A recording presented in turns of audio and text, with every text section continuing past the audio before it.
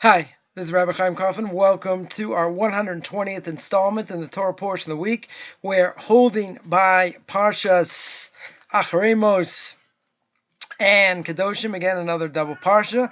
So we mentioned many times before that sometimes we'll have a double portion so we can finish the Torah in a year when there's no leap year, and even when there is a leap year, there will be some parshas that are put together, and a lot of times you have Acharei Mos-Kedoshim that is put together. Acharei Mos speaks about forbidden relationships, speaks about Yom Kippur, right? There's a lot in there about Yom Kippur, etc.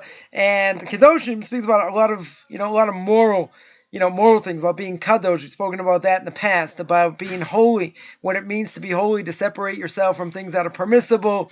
It says over there, don't steal, honor your parents, whatever. There are a lot of interesting things. Parshas Kedoshim. So I actually want to focus on one of them,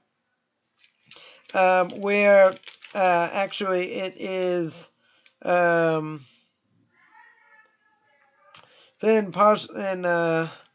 it's in Parshas Acharei Mos, chapter 18, right? Chapter 18, verse 1. It says Hashem spoke to Moshe saying, well, we're going to speak about what God said to Moshe. No, just kidding. God spoke to Moshe saying, speak to the children of Israel, say to them, I am Hashem your God, don't perform the practice in the land of Egypt, which you dwell, do not perform the practice in the land of Canaan, which I bring you, and do not follow their traditions, right? Because it says, don't do like them, and it says, Buchu koseichem lo teloichu, right? The translated here, don't go in their traditions. Now, what does it mean? I think we've spoken about this a number of times, right? But all good things bear repeating. So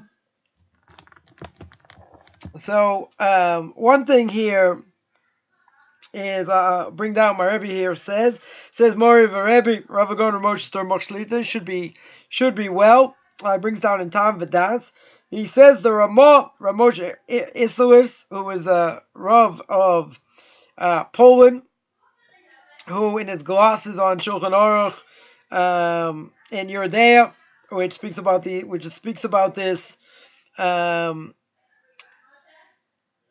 178, right? Siman 178, if you want to look it up over there in Yeridea and Shulchan Aruch.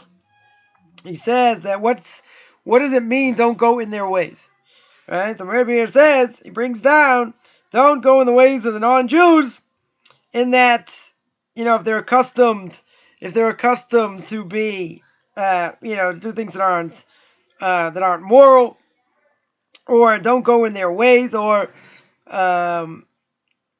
etc. So what does that mean exactly? Right? So I can understand if you tell me don't be immoral like they're immoral. That I hear. Right? Don't follow their evil ways. So he explains, a simple explanation is their laws or their ways really doesn't mean their customs. Right? What does it mean? Right? Because if they do things that have a benefit, right? Not everything they do is forbidden, so they could have customs or different traditions or whatever that may have a benefit, right? If it's got a benefit, I'm allowed to do it. Wouldn't be forbidden.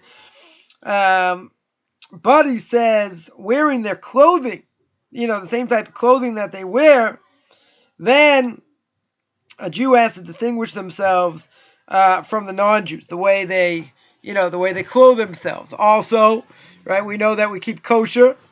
Right, we don't know exactly, why. I mean, there are different reasons, but not the reason, right? Why we keep kosher. Many hold it's just a decree, right? Certain animals you're allowed to eat, you're not allowed to eat. It's just 100% a decree from God, but it makes clear the Torah. Torah says that when it goes to the animals that are kosher or not kosher, at the end it says what? It says because I took you out of Egypt, you're going to be different. What did God do when He took us out of Egypt? He gave us the Torah. Torah makes us different, right? Torah makes Jews different from non-Jews. So not just. So my Rebbe points out by what you wear, right? Certainly, if you look, kind of see what I wear a little bit. Well, you can't see my pants, but shirt is. If you belong to the ultra-Orthodox community, shirt's going to be white. Pants will either be dark blue, with or without pinstripes. black with or without pinstripes, or gray with or without pinstripes, right? I'll have a jacket, I'll have a hat, whatever, but, we're different, right? We're not wearing jeans. Shouldn't be wearing jeans unless, maybe you're working around the house or whatever. It's like, I'm doing certain things. My kids say, oh, you're fixing this, you're doing that, because it's not, not normal clothing that we wear. So, I've spoken many times about how clothing makes the person, even though it's external, and people have difficulty with externals. Why should we get caught up with externals and all that? I'm not going to go into, dress or whatever, even though my Rebbe points out, that one says don't go in their way, that means don't dress like them, right? One of the things that when the Jews were allowed, outside their ghettos in different places, what's the first thing they did is they changed their clothing. Right? They wanted to look like everybody else. They wanted to fit in, so to speak, with everybody else. So, that's like the beginning of the end, because once you want to be more like a non-Jew, that's it. God's anger and God's wrath is going to be 10 times worse. Right? Rabbi Chanan, Hashem Yikom Damo, that God should avenge his blood. Rabbi Chanan Wasserman and Zecher Tzadik L'Vracha, may they be blessed, famed Rosh Shiva of Baranovich, famous student of the Chofetz Chaim, writes in Igvisa de Mashiach. He wrote a small book called Igvisa de Mashiach. It's been translated in English, great book to get. It's called Epics of the Messiah. And one of the things he says over there, when he speaks about, the footsteps of the coming of the Messiah, is that when a Jew wants to be like a non-Jew, wants to act like a non-Jew, right? So he brings down there that if you try and act more like a non-Jew than the non-Jew himself, they're going to hate you. So, it's no coincidence that the Holocaust started in Germany. Now, we're not giving an explanation why it happened. We don't know why it happened, right? But we can understand there are certain factors going on that probably could have ticked God off and, could have brought about his wrath. Again, not the reason, per se, but there's a tremendous amount of assimilation into marriage, and all that. And one of the things the secular Germans couldn't understand was, why are you taking us? We're not different than you. We fought in your wars. We go to your schools. We go to your gymnasiums and stadiums and all that. So why are you bringing your wrath against us, right? And the German answer was, because you are Jews. Doesn't matter how you dress. You want to be like us, we're not interested, right? We want to show that you're different. So if we don't show that we're different, so the non-Jews will. So the old adage goes, if a Jew doesn't make Kiddush, the non-Jews make Havdalah, right? Meaning that if the Jews don't make Kiddush Friday night, they don't sanctify Shabbos, they don't keep Shabbos, then the non-Jews are going to make Havdalah. Havdalah, is after Shabbos, where you make the blessing over the wine or grape juice and, the candle and spices, etc. Right? That ends, that officially ends Shabbos. So what does it mean the non-Jew is going to make Havdalah? The word Havdalah means to distinguish, right? Like Lahavdil ben Kodesh L'chol, to distinguish between the holy and the profane. So therefore, what we have is that if we don't do what we're supposed to do, and we want to be more like a non-Jew, even more than the non-Jew, we're going to go out of our way to be like a non-Jew. So says Rabbi Chanan, they're going to hate you even more. So then my Rebbe brings down like this. It says in the Chochmos Adam of Danzig, right? Great Rav wrote wrote this book, the Chochmos Adam, literally the wisdom of man. Right? He goes through halachas in Yeridea, in about kashrus and other and other things as well. Anyway, he brings over here that in the time of the Gra, time of the Vilna Gaon, about 250 years ago, they made a decree. There was a decree made that there should be Malbushe Yisrael. That should be Jewish clothes. Jewish clothes means they differentiate and they're different than what non-Jews wear. Right? It doesn't matter, material or not material, right? As long as it's not a problem of shotness and mixing wool and linen. But you have to have distinctive clothes that set you apart. That make you a Jew. And the Gra said that, if you'd be forced,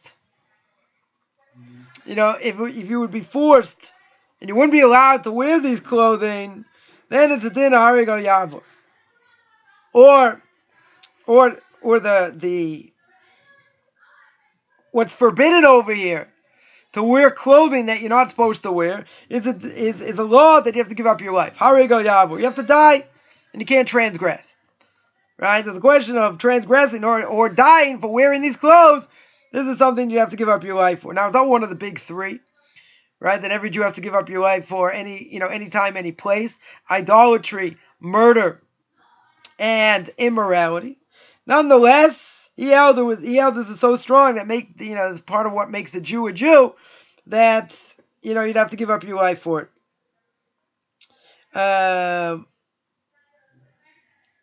So he says, well, what does that mean? He says the intention is that they're forcing you. They say, wear these clothing, clothing that you wouldn't normally wear, that's non-Jewish clothing, wear it or we're going to kill you. Right? So his intention was, if they say, wear it or we're going to kill you, according to the Vilna Gaon, you have to give up your life. So this is a major, major disagreement among the great sages of that time.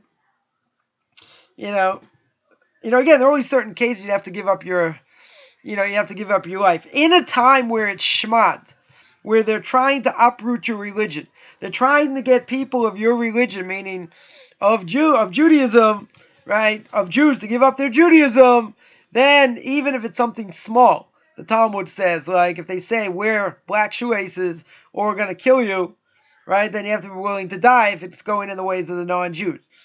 Right? If this is like, major decrees that are being made.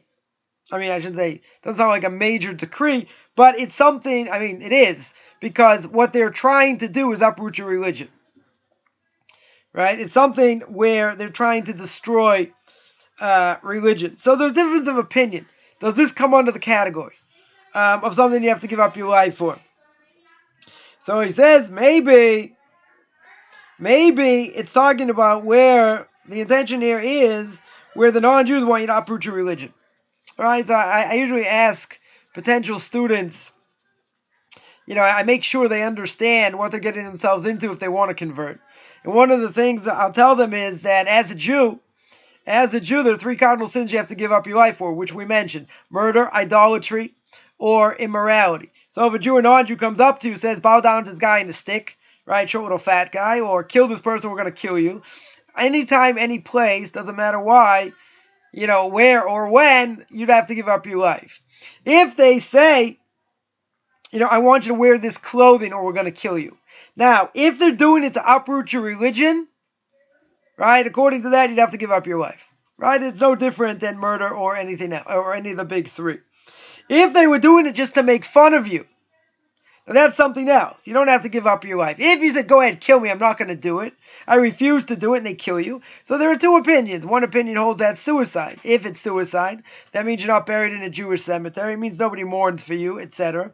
Second opinion is it's not suicide. Because if you decided to give up your life when you didn't have to, so we hold that, second opinion is that that's not called suicide. So we hold according to the second opinion. So I just make sure people understand the severity of what it means to be a Jew and what we may have to do. Right? We're not looking to give up our lives. Right? If we have to, we will. Right? I mentioned by the story with Rabbi Akiva, that Rabbi Akiva was bothered by the verse in the Shema that says, "V'ahavta es Hashem Elokecha b'kol levavcha, b'kol nafshecha, b'kol meodecha."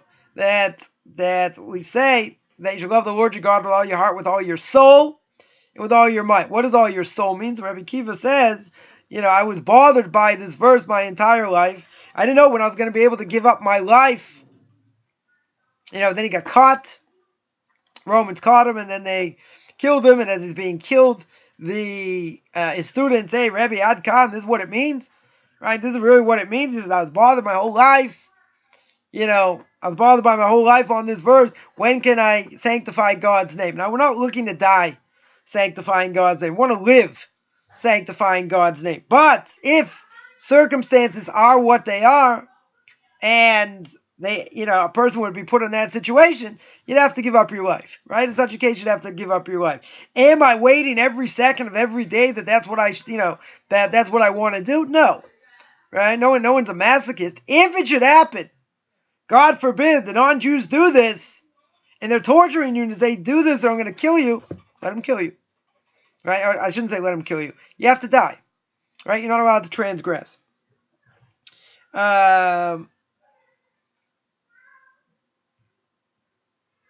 Right, so the question over here was, are they obligated to give up their life and not transgress?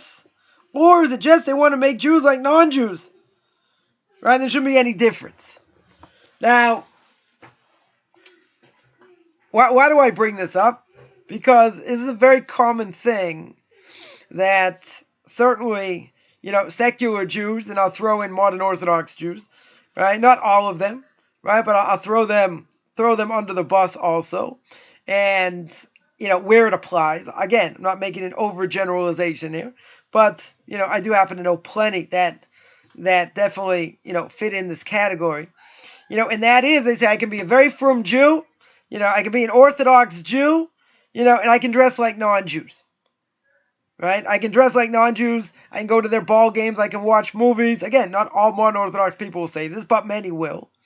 And they'll say I can do that, but I can also keep Shabbos. I want to be in the modern world. Do what other people do. Okay, I keep kosher. I keep Shabbos. Etc. So let's analyze. Let's analyze for a second that idea. The Torah says, as we say over here, don't go in their ways. Now, don't go in their ways has many ramifications. Don't go in their ways, don't dress like them. You're going to look different, right? For sure.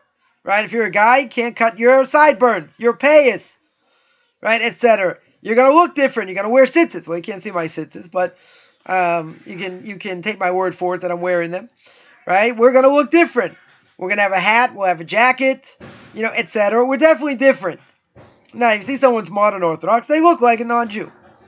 Right? They absolutely look like a non-Jew. Now you'll say, and I'm not going to bring this up, I'm just going to mention, right? You're going to say, but dressing the part's not everything. True. Many people do things, as Rav Yechezkel Levenstein, Zecher Tzadik Levracha, brings down in Or Yechezkel. He was the famed mashgiach of the Meir Yeshiva in Panovich here in Israel, Bnei Brak. And he writes many times things that are done because of frumkeit. Right? You do it for the sake of Judaism. That's what we do.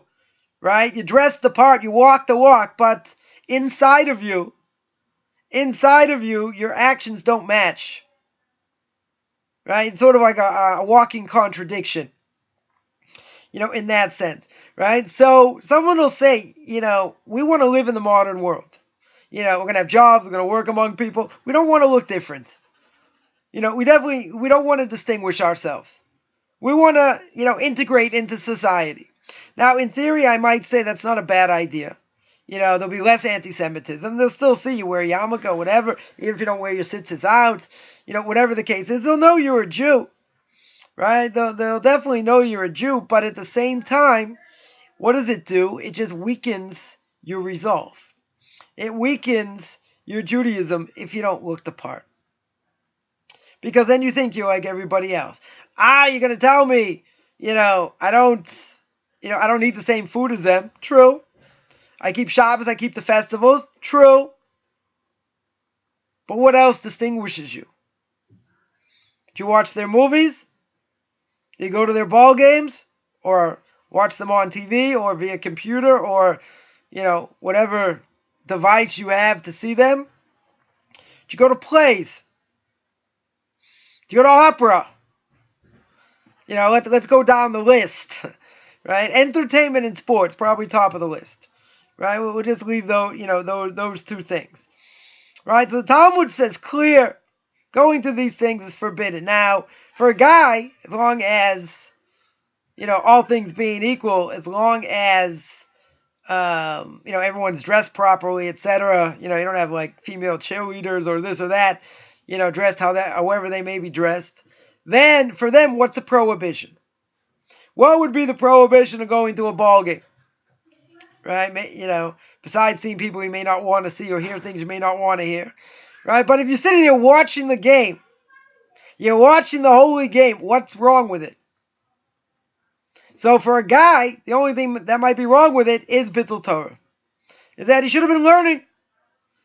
You know, he definitely should have been learning. You know, instead of doing this. Right? So the Talmud says it could be a problem of sitting in a place where, you know, where there are scoffers, right? Moshe Vleitzim, you know, where people are going to scoff and make fun and, you know, other things. So, you know, you may see a lot of these people at ball games, right? These people may go. So, you know, you'll say, why don't you just cut them some slack? You know, at least they're keeping Shabbos and keeping kashrus, right? They're doing more than 95% of most Jews. That may be true. But at the end of the day, I always ask my famous question. And my famous question is this something good for my soul or not? You know, I don't think these sports people, you know, we should emulate them. I mean, it's forbidden even to say that, well, wow, look at this great, you know, this non-Jew and how great basketball player, football player, whatever, right? That's forbidden for a Jew to say, right? Even if you say he's got great talent or, you know, etc., right? That is something that is forbidden. Now, we're not looking up to these people, right? You know, many of these people, you know, had hard lives growing up, you know, call a spade a spade. You know, they grew up in messed up families probably. You know, a lot of them, you know, maybe single parents, other things, you know, whatever it is. And they got talent. You know, these people are talented. So, you know, you don't make it to professionals without having talent. You know, some level of talent anyway. You know, that's for sure. You know, but at the end of the day, you know, all you have to do is, you know, listen to the news, you know, go on the internet and see, you know, what's going on in the off season of these people. Right? You know, if they didn't make the playoffs, you know, etc. What are they doing? Right? Football, you know, in the off season, football is horrific. You know, people getting in shootouts, domestic violence. I mean, all kinds of things. One after another. So people will say, you know what? I don't look up to these people. You know, these people may get drunk and do drugs and, you know, do other things, you know, certainly that are forbidden even for non-Jews. So that being the case, what's the problem? That's not why I'm watching it. Right? I'm totally not watching it for that reason. So even if that's true, you know, are the values that they're going to give off, are they good or bad? They're probably not so good. Right? If they don't have an anchor, if they don't have something, guiding them, you know, it's going to help them become, you know, moral, upstanding individuals, then I think you're going to have an issue. I think you're definitely going to have an issue, you know, with that. I'm sure, you know, even if you're sitting in the stands, you probably can't hear them, right? But you can probably see, you know, maybe if they curse or do other things, you know, especially if they fight. Sometimes there are fights, you know, in different, in different sports. People say, yeah, that's the best part. You know, I had a friend of mine I grew up with, and he loved hockey. You know, and he said the best part of hockey was the fight. So they've been like, you know, trying to clamp down on that for years, you know, etc. But, you know, again, you know, you're in the stands with other people, and I can't imagine, you know, the values these people are giving off are any great shakes. You know, how they speak, what they say. You know, again, for a guy, the biggest problem may be that's just Bittul Torah. That is just wasting time. But it sets a precedence. And the precedent is that you're saying this has value. You're saying at this present time, this has more value than Torah. Someone will say, no, I'm not. I'm not saying that. But you're giving it priority. Jewish observance, I mean, I shouldn't even use this as an example. Like, you know, there's a major game going on. Let's say the Super Bowl. Right? More than, 200 million people more watch it. Right? It's like a whole day. You got the pregame. It's like a whole day. Right? So you can say, well, I'm just watching the game. It's a whole, it's like a whole culture of the game. So I can get kosher food. You know, you got these places that cater, have Super Bowl parties and all that. We'll certainly cater. What's the problem? I'm eating kosher food. I'll pray with the minyan. It's not a problem. It's not so easy to argue with. The question is, are you a better person because of it? I remember, someone once told me in Camden Yards in Baltimore, there's a kosher stand, right? There's a kosher stand. So he's telling me, the seventh inning, or the third inning, fourth inning, whatever it was, they have, seventh inning probably be too late, depending on what it is. They have, you can have mincha there, behind the kosher stand. So I was like, yeah, it sounds pretty funny. Imagine an announcement goes over the loudspeaker. All Orthodox Jews, there's mincha, peanuts, popcorn, mincha. Afternoon service, let's go. Behind the kosher stand. Someone told me, says, Rabbi, what are you going to do? If you're at a ball game and you have to daven mincha, so you go to the kosher stand in Camden Yards and you daven, right? And you pray. What's wrong with that? So my answer was, you tell me what's right with it. You're in a stadium, 30,000 people, 40,000 people. Yeah, all kinds of commotion going on. So, but Rabbi, we're not going to get to we're not going to be able to daven mincha. So it's a lesser of two evils. So again, is this a good thing or is it a bad thing? You say, well, at least they're davening. True, right? At least they're praying. They're praying with a minyan. Okay, but see, that's trying to have your cake and eat it. That's trying to say I can be an Orthodox Jew and I can quote unquote be normal. Right? Being normal is I'm like everybody else. Being like everybody else, so I go to a ball game like people do. Like like secular Jews and like non-Jews. So I can have the best of both worlds. The Torah doesn't speak about having the best of both worlds. The Torah says a number of times, do not go in their ways. This is going in their ways. This is 100% going in their ways. So, all things being equal, even if the transgression would be bittul Torah, I'm wasting time when I should learn Torah. There are so many other things going on, and, guess what? The evil inclination goes wild because this is fun. This is fun. People go, they have a great time. Your team wins, team loses. So, most people know I'm from Boston. We only have winning teams. Even if we cheat, doesn't matter. We still have winning teams. Usually, always in the thick of a race, to win it all. Sometimes, sometimes more, sometimes less, but I've been very spoiled. Boston fans been spoiled over the last 20 years. Starting with the Celtics, the Patriots for sure. I won't even mention them because everyone hates them. They're probably very happy they lost in the Super Bowl. But, even the Red Sox, my father, Oliver Shalom, blessed memory, said, I never thought Red Sox would ever win a World Series. And, it took them 87 years, about 87 years for them to win it. So, and my father said, I saw them win it once. I never thought they'd win it 3 times. Right? 3 times. That's already, Boston fans. All right. Sorry. The Cubs were a little bit longer, but you got teams that haven't won it, at all, even though they might have switched places, switched cities or whatever. Anyway, I'm digressing. The point is, is that the evil inclination go wild, right? It just puts that enjoyment in your heart. You get an extra skip in your step when your home team wins. Now, I heard Reb Revda Zatzal, may his name be blessed. Reb Revda said many times, like, if your home team wins, they win the Super Bowl, they win NBA championship, whatever it is, right? Who cares? As they would say in Boston, who cares? Nobody cares. Why should anybody care? They win, they lose. Is that helping me in Avodas Hashem? Is it helping me serve God?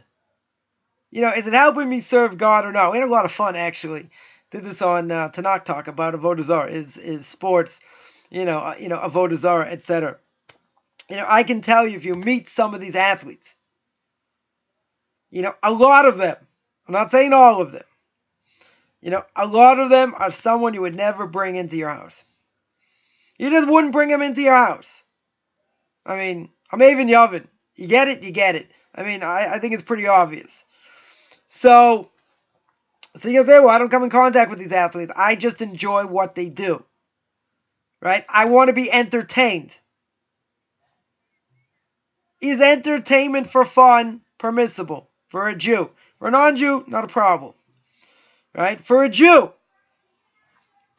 So the values you're going to get, what you're going to see, most likely, is not good. It's just not good. Right? The rule of thumb is I have to ask myself. I have to ask myself, is this good or bad? And someone once told me many years ago, they were going to a hockey game. It was on Hanukkah, actually. Kind of interesting. And they went to a candle lighting ceremony. Right? They went to a candle lighting ceremony. I think, if I remember the story correctly, and this makes the story better, is that it was in the parking lot of a stadium. It might not have been, but it would make the story better. Probably not, actually. Actually, I can't even make it up. I don't think it wouldn't have been done there. Right? So let's say they had, wherever it was, they had a candle lighting ceremony for Hanukkah. And then after the candle lighting ceremony, they went to a hockey game. So somebody was telling me what a great thing. You have the best of both worlds. You have your ruchnius, you have your spirituality, and you have your, you have your entertainment. You got the best of both worlds. So when they were telling me that, it's like, oh, isn't that a good thing? And I said, no.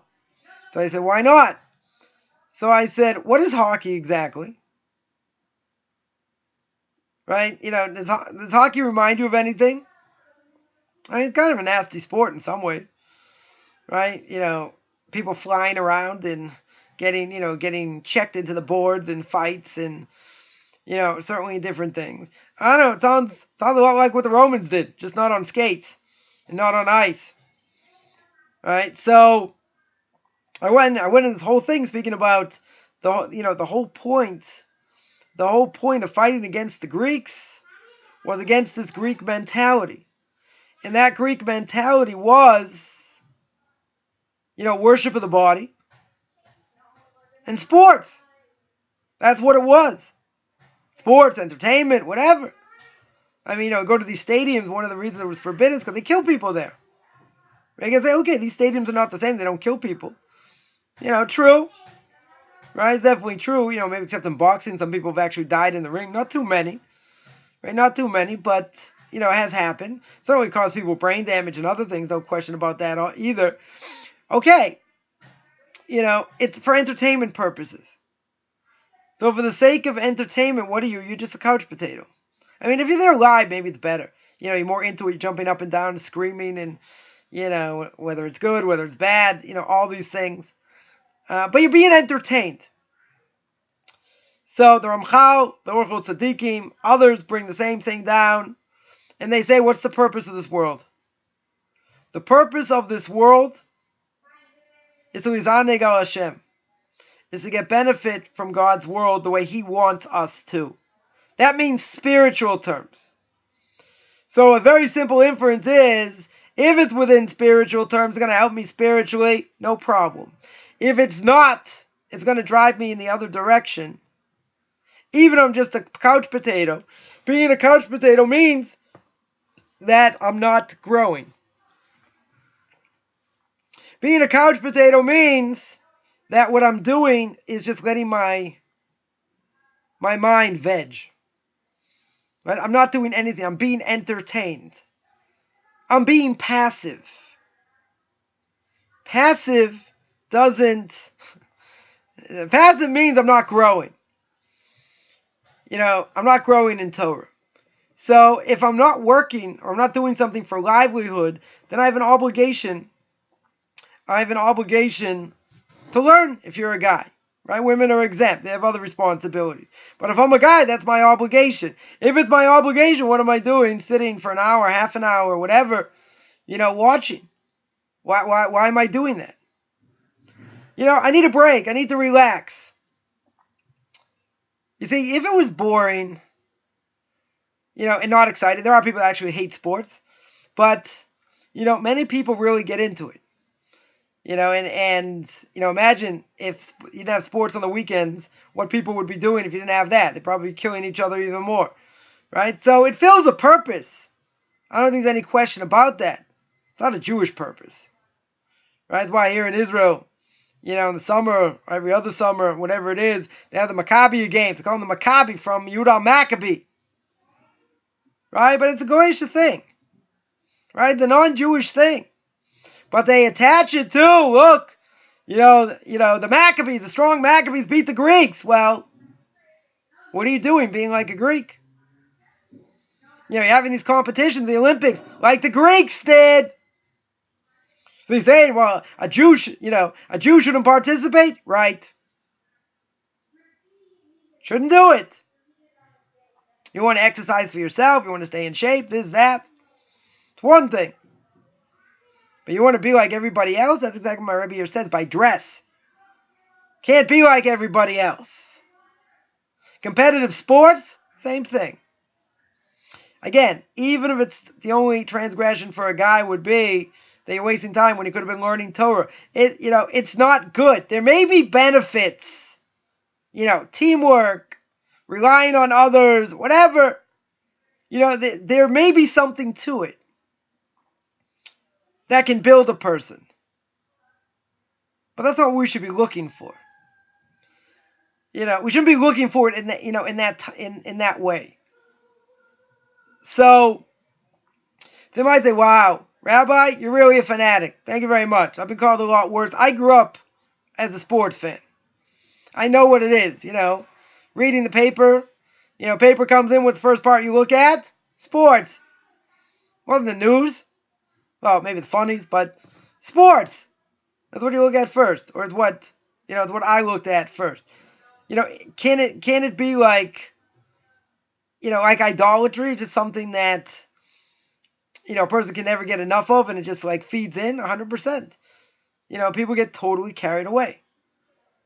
And it's usually not a positive thing. Could they be doing worse things? Yes.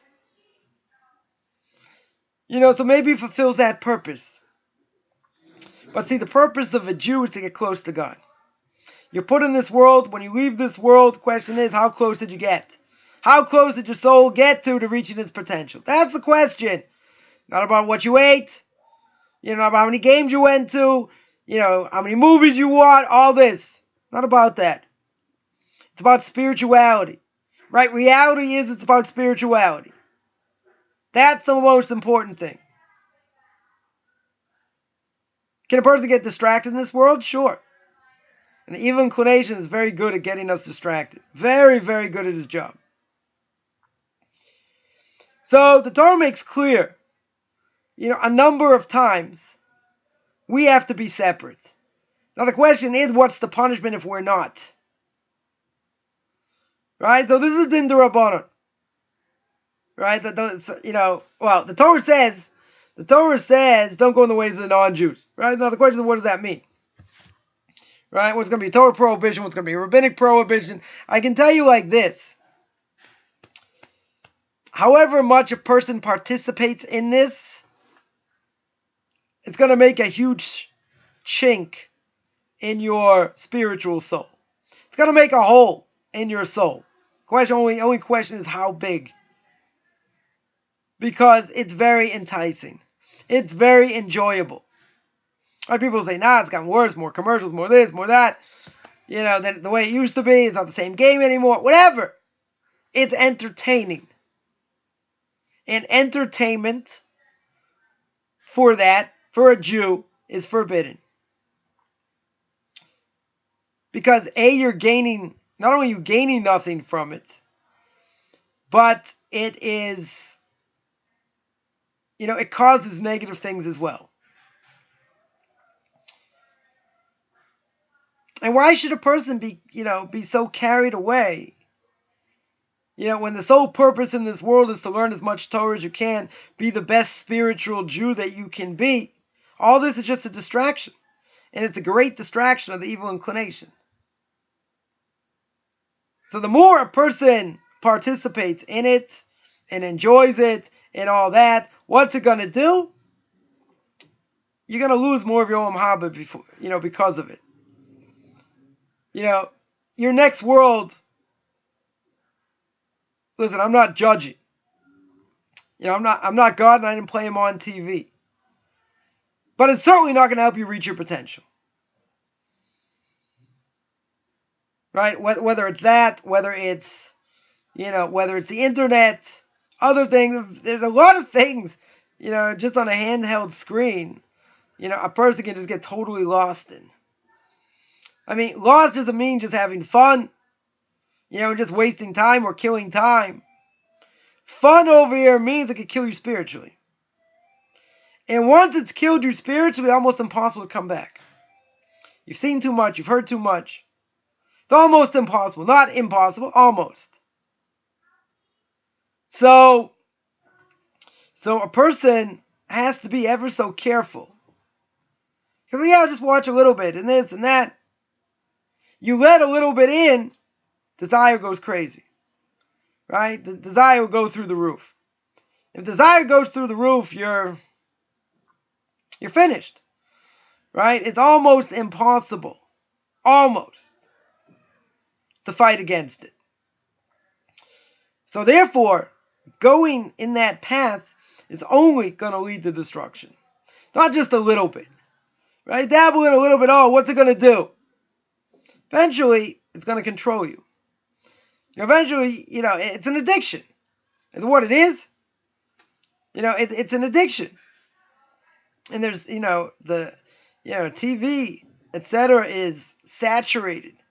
Totally saturated. Ball games, college, professional, this, that.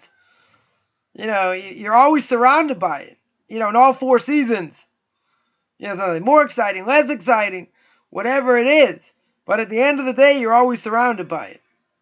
So it's very hard to fight against. If a person grew up not liking it, fine. You don't have that Yetzirah. You don't have that evil inclination. Right? If you grew up with it and you enjoyed it, it's very hard to fight it. Very, very hard.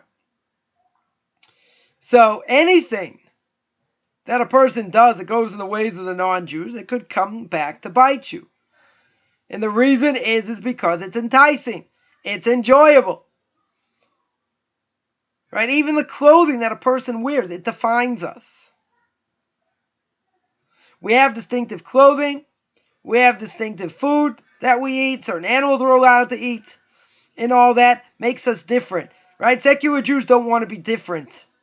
They just want to be like everybody else. They don't want to be persecuted for being a Jew, but they don't want to have all the trimmings of what it means to be a Jew. There's a little bit here, a little bit there. There'll be the cultural Jew. And do all these things and then destroy themselves spiritually. At the end of the day, that's what they're doing. I'll never be like you, but I want to be like me. I want to give a little bit to my kids. And what are your kids going to give to their kids, if they have kids? Even littler than what they had. And what's going to be? It'll disappear. So it's just a way, it's a way to, definitely lose yourself spiritually. And, eventually, die out, which, will lead to assimilation into marriage. That's the way, it will go. And you say, wow, that's an extreme way of looking at things. It could be. But again, you hang out with these people, you go to their games, you go to their schools. What should happen? Because they know, sorry, I can't marry you because I'm Jewish. Judaism is very important to me. Why is Judaism very important to you? What connection do you really have? I mean, is that just an excuse not to marry someone? How are you going to, withstand that? I can't imagine. But at the end of the day, as most people know, right? So I'm very big into statistics, so I want to be that cultural Jew, but it doesn't work. It doesn't work, you can't pass it down. And at the end of the day, you go in that path. Don't go in that path. But if you do, leave your Hebrew name at the door. It's game over. My language is Skadal v'Yiskadash. That's the Mourner's Kaddish. You're going to be the fossil, not me. So I want to remind people that I have conversion classes. I have Noahide classes. Take a look at my Facebook fan page, Beyond Orthodox Conversion to Judaism, or Beyond Noahides. I also give a class in Path of the Just, not a live class, in a class on Duties of the Heart, which is every Tuesday night, 9 o'clock, New York time. And I have a class on the ways of the righteous, and a class on Jewish history, which is on my subscription website. And I'm also on Tanakh Talk every Sunday night, or Sunday afternoon, actually, for most people, 4 o'clock Texas time, to controversial issues. Take a look at that on YouTube. And anyone who wants to contact me, you can contact me at rabbichaimkaufman@gmail.com, RABBICHAIMCOFFMAN@gmail.com. Wishing everyone a great Shabbos.